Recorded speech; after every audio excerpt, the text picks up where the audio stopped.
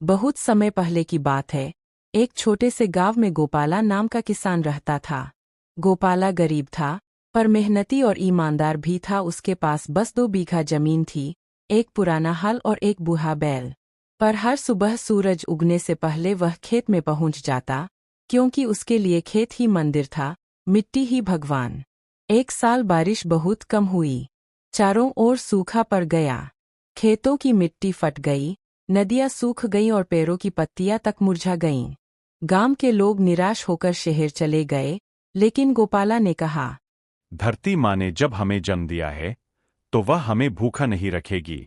वह रोज खेत में जाता, मिट्टी को देखता, हल चलाता और आसमान की ओर उम्मीद से देखता। उसकी पत्नी सावित्री अक्सर कहती, इतनी मेहनत किस लिए? जब पानी ही नहीं तो फसल कहाँ से उगेगी? गोपाला मुस्कुराता और बोला, बीज को भरोसा होता है मिट्टी पर, न कि मौसम पर।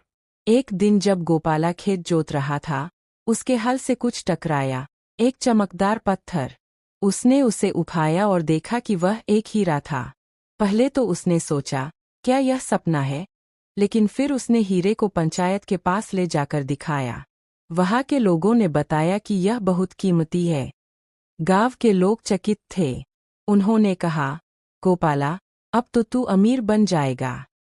पर गोपाला ने मुस्कराते हुए कहा, बीज को भरोसा होता है मिट्टी पर, न कि मौसम पर। रामू ने आसमान की ओर देखा और कहा, मेहनत करने वाला किसान कभी हारता नहीं, बेटा। वो बस इंतजार करता है, सही वक्त और भरोसे का। एक छोटे से गांव में हरिया नाम का किसान रहता था। वह गरीब था, पर उसके पास एक अनमोल चीज थी, उसका विश्वास। हरिया हर साल मेहनत से खेती करता, पर इस बार बारिश देर से आई थी। खेत सूख गए, बीज मिट्टी में ही मर गए। गांव के लोग कहने लगे, हरिया, अब की बार खेती छोड़ दे, तू भी शहर चला जा। खेत अब कुछ नहीं देंगे।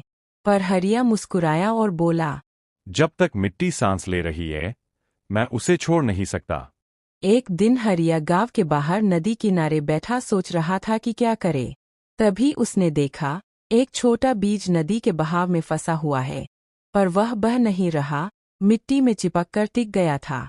हरिया ने उसे उठाया और बोला, जहां उम्मीद बोई जाती है वहां कभी सूखा नहीं पड़ता।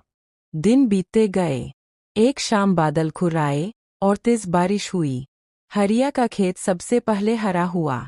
छोटे छोटे पौधे उगने लगे। गांव के लोग दौड़कर आए और बोले, हरिया, तेरे खेत में तो चमत्कार हो गया। हरिया मुस्कुराया और बोला, चमत्कार नहीं, ये बीज का वादा है कि अगर उसे मिट्टी मिले और भरोसा मिले तो वो जरूर उगेगा। कुछ ही महीनों में फसल झूमने लगी। हरिया ने अपनी फसल का आधा हिस्सा गांव के गरीब लोगों में बांट दिया। सबने कहा, हरिया, तू तो किसान नहीं, धरती का पुजारी है। सी सच्चा किसान वही है जो आखिरी बीज में भी उम्मीद बोता है।